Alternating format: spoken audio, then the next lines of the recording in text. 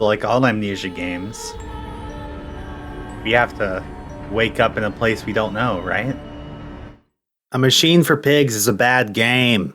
Okay, in reality, I went into A Machine for Pigs thinking that it was going to be a terrible game, and I was right, but I was also wrong. So I guess we could pull the good old just...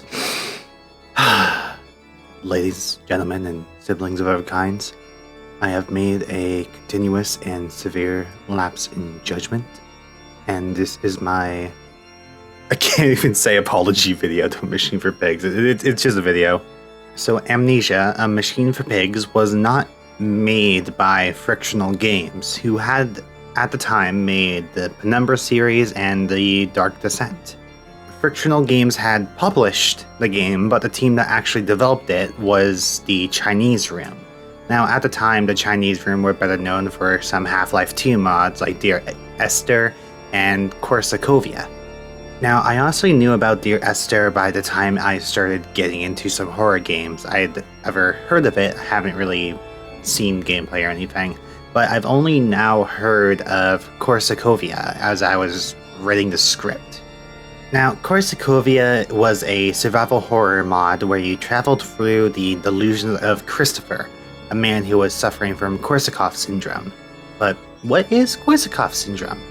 Well, Korsakoff syndrome is a disorder associated with a prolonged and excessive use of alcohol, glug glug, affecting the nervous central system and characterized by amnesia.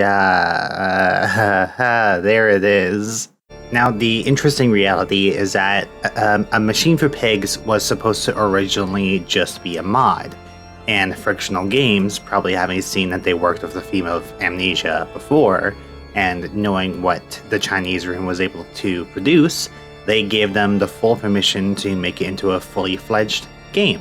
And while A Machine for Pigs was made alongside Everybody's Gone to the Rapture in early 2012, Machine for Pigs is still labeled as a survival horror, while Everybody's Gone to the Rapture is very much more of a pure walking sim, I would call it. But getting back on track, Machine for Pigs, it wears the title of survival horror very, very, very, very loosely, and this is where a very vocal group of people really disliked the game, and where I accepted the mindset that it was just a bad game in general. There's even people who still have this mentality if you go to the Steam reviews and look at the recents. You'll see statements like they tried to like it, but they couldn't force themselves to, that there were no memorable moments, that the lack of an inventory system created just simpler puzzles and removed any interest in puzzles, that they took the agency for light and sanity away with a infinite lantern and no sanity system, that the monsters weren't scary and regenerating health removed any sense of an actual threat. When people came into A Machine for Pigs coming from the Dark Descent, they expected a step forward, but we were given another walking simulator that only knew how to moonwalk. Like, it was cool, but it didn't actually bring us anywhere we wanted to go. Still, there are some Steam reviews that hold my opinion that it is not a bad game. It's just a bad amnesia game. Machine for Pigs is a game that has a fantastic atmosphere, like really engaging notes and grotesque descriptions of events. Of course, though, it's just like The Dark Descent, the telling of its story is harmed by large chunks of your information being through the notes, just as before. The difference is the notes here kept my attention and interest a little bit longer with the way that they were written. There are some inconsistencies in memories and dates, hinting at everything not entirely being as it seems for your player character Amandus. The way that they were written sometimes made me actually feel a little sick, and I only stopped totally caring as I reached the end of the game because I was getting burnt out from the stream and trying to be entertaining. And if you want to see my attempts, you can go to twitch.tv/AngelicaLexi. Get that early plug. Let's go. Even though the game is more of like a walking sim, the Chinese Room was able to do what they seem best at. They were able to tell a story and keep you engaged if they managed to initially catch your interest. But when it comes to it, similarly to like many other people, I got about an hour into the game and I was disappointed that I didn't have another Dark Descent in my hands. But now it's 2023 and I've grown a little bit older, a little bit wiser, better with my criticism, I would hope. And more importantly, I've started to grow tits. Thank you, HRT. But when I came back to it and streamed the whole game in about 5 hours overall, I came to accept it for what it is. A decent game that could have done better. And it was at this point that I realized something was extremely wrong with my recording. So we are going to go into minor spoiler territory when it comes to the actual story, from what you can call a story, but we are not going to go into full detail about the mid section of the game, just mostly about the ending. So take that as you will, take that warning, put it somewhere, I don't care. And at this point to the recording, it's where I realized only a little while after I finished the recordings here, Audacity fucked it up. Bad. Very, very bad. So usually I do my whole like normalize and remove noise and everything that way, but I'm also a lazy piece of shit and I select everything when I do it. It ended up duplicating some parts and overwriting other parts. So I had actually lost in that editing before, and I didn't realize it because I finished at like 1 a.m., midnight, some late time. It actually removed a lot of the story recap. So we can do that quick again. We can do it quick again. Essentially, the whole idea is you awaken, you are called forth by someone who sounds exactly like you to enter the machine in order to save your missing children. Mandus, your player character, does so. He enters the machine, he restarts it, and he finds out, oh no, he's been tricked. The voice you hear on the other side of the phone is your wicked half of your soul, something that has been present for some time and has been trying to coax you to restart the machine so it can restart its process. And of course, it's revealed that your kids have been dead all along. Before the start of the game, you had taken them to Mexico on an expedition to try and get a means of monetary gain for your family because you spent it all on machinery. But this expedition brings you to the ancient orbs, like in the Dark Descent, where upon touching it, after his kids have found it, Mandus gains visions of the 20th century. He gains visions where he sees his kids, Edwin and Enoch, dead 12 years in the future during one of the First World Wars. So in order to save them from that oncoming tragedy, he kills them on the spot as a sacrifice, leaving their bodies on the steps and bringing their skulls and the little stone egg, quote-unquote, home to him, with him, to London. Good gods. The actual gameplay feature, it can be basically summed up as you go into the machine, you get tricked, you find out your kids are dead, you sacrifice yourself in order to stop the production of an Armageddon. And while that seems pretty simple, it is simple. The actual gameplay, much like the Dark Descent, has very little story elements to it, but it tries to tell it mostly, I'm going to go with mostly. It tries to tell it mostly through the backstories and through the notes and through the diary entries.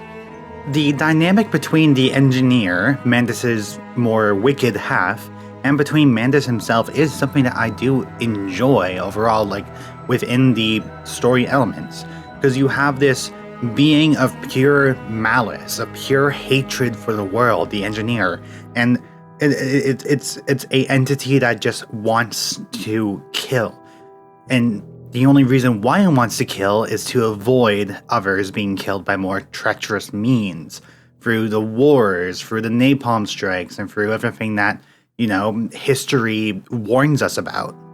But then you have the compassionate side, the player character Mandus, who recognizes that that is not the way things should go. That recognizes that the other people still deserve life, even though it's doomed to to a negative ending, despair, tragedy. One that recognizes that even though that he himself cannot be forgiven for the acts he has committed, he knows that the others do not deserve to be punished for his actions. He knows that he himself is solely responsible for the creation of the machine, for the creation of the man-pigs, for the inevitable fall of London from their production, and from the planned Armageddon through the man-pigs sacrificing the entirety of humanity to the machine. And so at the point where I'm able to recover my previous audio, the end of the game features Mandus walking up the stairs of a replicated temple, much like the Temple of the Stone Moon that was previously visited. Now, when he arrives at the temple, there's two glowing orbs on either side. He goes up the staircase, and there is this big metal chair awaiting for him. What happens when he sits in the chair? He has his heart ripped out of his chest while he is still living, in the form of an ancient Aztec sacrifice to the gods. And now we can go back into what my original recording was, where we actually talk about that a little. So I am, oh boy, let's just get back into it. So yeah, the biggest problem I have with the whole Aztec theme, yes, he went to Mexico, yes, this is basically like a recreation of it, but the orbs and the idea of this alternate dimension where all these supernatural entities come from was never related to the Aztec gods. It was all hinted at being just another dimension of supernatural beings. Although, because the Chinese room absolutely loves their symbolism and the, I almost want to say, excessive use of it, some people believe that the ending of the game kind of relates to Quetzalcoatl being Mandus, in a sense. And then the engineer, in turn, would be Tezcatlipoca. Now, when it comes to that comparison of the two Aztec gods, they are rival gods. They are ones that have opposing beliefs in most cases and actively fight against one another, which, yes, would make sense for Mandus and the engineer. Mandus being someone who wants to save humanity and atone for his sins, and the engineer wanting to destroy humanity to avoid those sins from taking place in the first place. But either way that it goes, Mandus sacrifices himself on the top of the temple site, sits himself down in that chair, and has his heart ripped from his chest. He forces the binding of his soul, kills himself, and both Mandus and the machine die just as midnight strikes, just as the new year rings them into the 20th century. There is a lot in A Machine for Pigs that I think is not intentionally, or rather, is intentionally not clarified to try and spark that original idea of discussion between like different players and seeing everyone's own theories and everything that way. But the unfortunate bit of that is that it turns A Machine for Pigs into a game that feels like it has very weird direction. Like, the game itself could be summarized as you look for your kids who were dead all along, you get tricked into starting a doomsday device by your evil half, and sacrifice yourself to try and atone for your sins and save the world. But when it comes to the actual explanation of the story, I'll be honest, I was kind of struggling a little bit as I was writing the script, because I was trying to think of how this game wanted to initially be tackled. Like, yes, it's not the Dark Descent. The Chinese room, I think, have a really good way of making walking simulators and telling a story through those easy steps.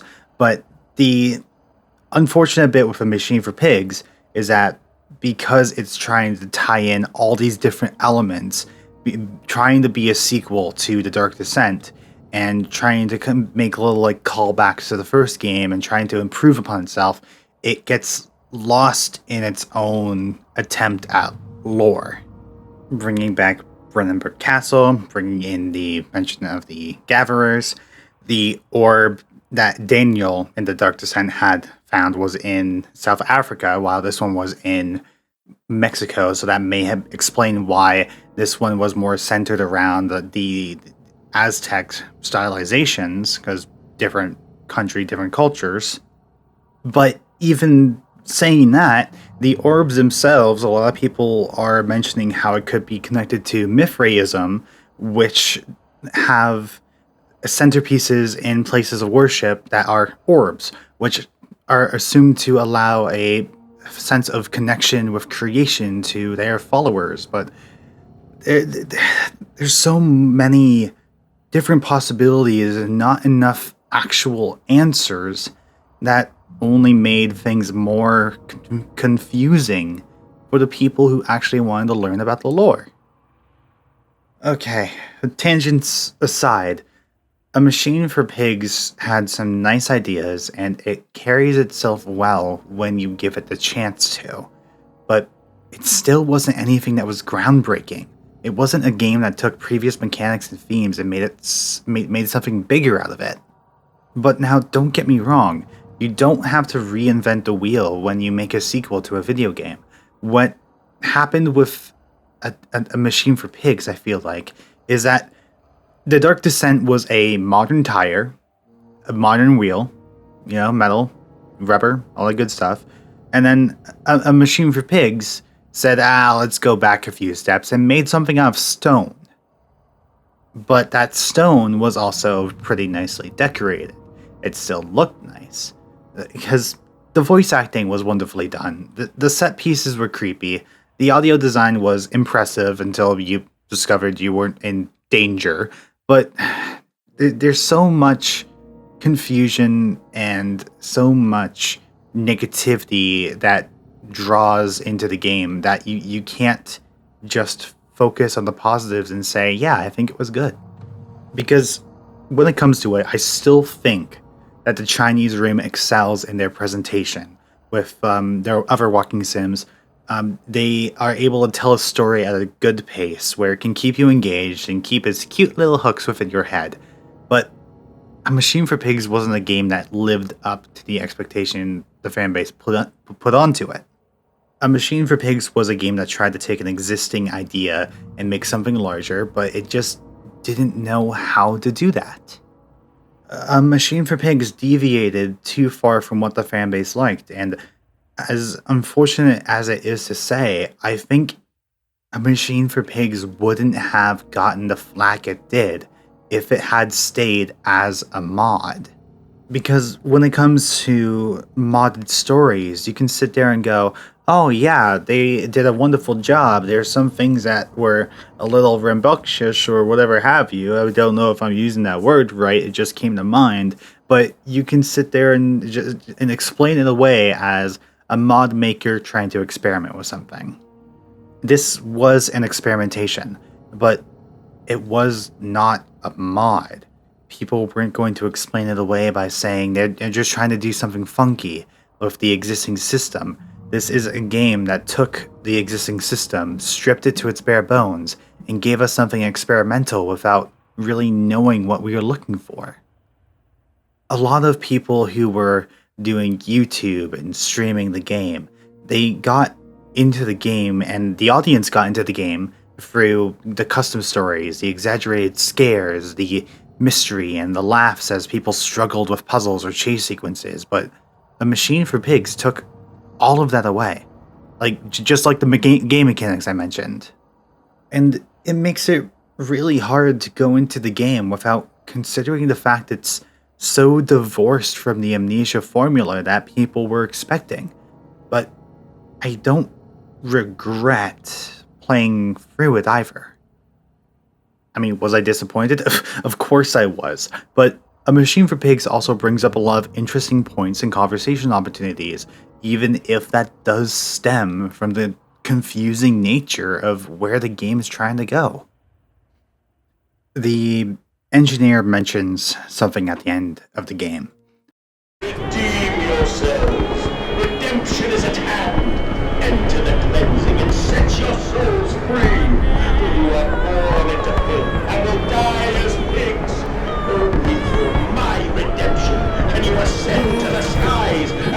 Claim the heavens as your kingdom. Fall on your knees. Ashes, ashes, bones and ashes. For the pile will reach critical, and we can have such a burning that this city will shine as a beacon of redemption for the world. This world is a machine for pigs. Title drop.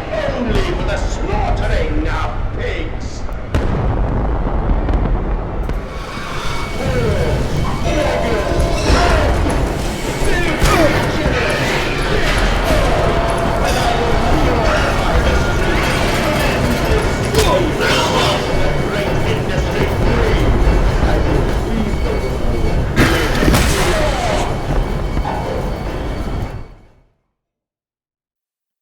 While Mandus's initial goals may have been to stop the oncoming tragedies of the next century, he ended up creating the very first at the turn of the year. Plus, the machine and humanity as a whole are kind of alike in a way. The machine was initially created as a means of production. While yes, it was to feed the strong out of the sick and poor, it was something that kept the rest of London going, as sick as it is. And later on, the machine was created to destroy humanity. It's a perpetual cycle of life and death, using death to create life, just to kill it again. Creating and destroying for no defined purpose, but that which is defined by another. Luring humans to create food for the people of London out of the people of London. It was a promise to give them something of worth. Yet, in the end, the machines and Mandus didn't see poor or rich or distinguished or proper. They saw materials. You could argue that almost the same could be said for people in general. That for those who are higher than us, we are not seen as people. We are seen as means of gaining more monetary value, of production work, of perpetuating the cycle of earn to live and live to earn. And the engineer believed that the machine was a way to stop tragedies to begin with. Mandus saw it as a tragedy in of itself. The people of London were diminished to nothing but pigs in need of guidance to a slaughter, all for a better future. But whose future? Who is to say that that future is the best for all? Is it the supernatural machine's will that says what our future should be? Is it the 1% of the world who is living in luxury who says what our future should be? Now, when it comes to it, if you asked someone about the meaning of life, some might say that it has no meaning to it, that life is but that repetition of death and rebirth, birth and death, a timer set upon a living being that adds significance to its existence through action and a meaningless social standing, the desire to continue something for the sheer demand of others or through obligation. That our lives are nothing but a construct those before us had solidified, and in turn, those after them began to destroy through innovation. Something that the few people who actually had a hand in who decided the future for the people had taken everything away from the people below them. Just as the machine, through unchecked progress, developed into a beast awaiting its manufactured Armageddon, the industrial revolution that ruined more lives than it saved. What's the point if our great-great-grandparents could buy a house and sustain their families when most people hitting their adult years need to rely on others, renting their homes and potentially never even being able to buy one, having to have roommates and bring people who they may not even know into their homes so they can help just pay the rent and perpetuate that cycle? Or they could hold even worse of an idea, that our lives are destined to be terrible. An idea given through a sick prophecy an otherworldly orb had granted Mandus. But then when you ask others, they may have their own meanings to life. They'll have their God's love and the fear of their wrath. They want to protect the others that they care for, the continuous search for new meanings in love and experiences and knowledge and memories, that there may be no meaning, but it is up to us to find one. That it's up to us to call out the destructive nature of the people in power and to change the course of our futures the best we can, to be a cog in the machine that drives it to destruction and reconstruction, and to cull the attempts at culling us. The mentality that's speaking up is a reason to live, as it'll give others the confidence that they are not alone, that they can live too, and with the hope that just maybe, if we were able to make a difference, it'll save the world and atone us of our ancestors' sins. We were created with no defined purpose, and that's why it's up to us to find a definition. That the bizarre nature of life itself is the very reason we should be eager to experience it. The idea that even if there is tragedy to come, even if we do experience turmoils and destruction of our friends and family and homes, we have to find a way. That the reason for living is to prove that we are strong. A Machine for Pigs didn't have the same internet cultural effect as The Dark Descent, but it holds a commentary on life itself, in my opinion. Outside of being doomer bait, the game is overall disappointing, but those looking for meaning can find it.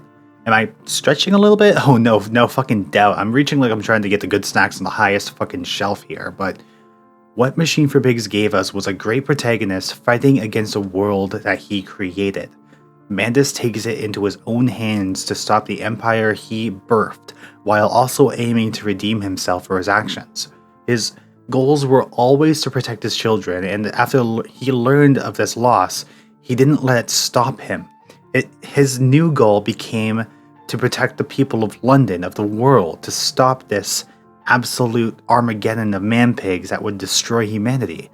Yes, while he may have been the one that started this end of the world, that started the destruction, or the threat of destruction of humanity, he remained strong. That part of his soul that remained in his body was strong. It was a nice change to have someone so determined despite the horrors set before them, because this wasn't a game that aimed to make you feel isolated and weak like The Dark Descent.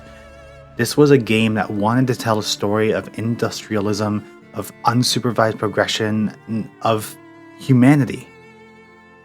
Machine for Pigs wasn't a good Amnesia game. It was a mediocre game overall, but it was an enjoyable experience. The sad fact is that you need to play this before The Dark Descent to get the most enjoyment out of it. The negatives had overtaken any of the positives, and going from a groundbreaking experience to another walking and talking slideshow just tore out its life. A Machine for Pigs took all the magic from the first game, fed it to a machine, and had it spit out a stitched-together game of good ideas and bad directions. A Machine for Pigs tried to make something of itself, and that's something I respect. It really tried, and people didn't give it a chance.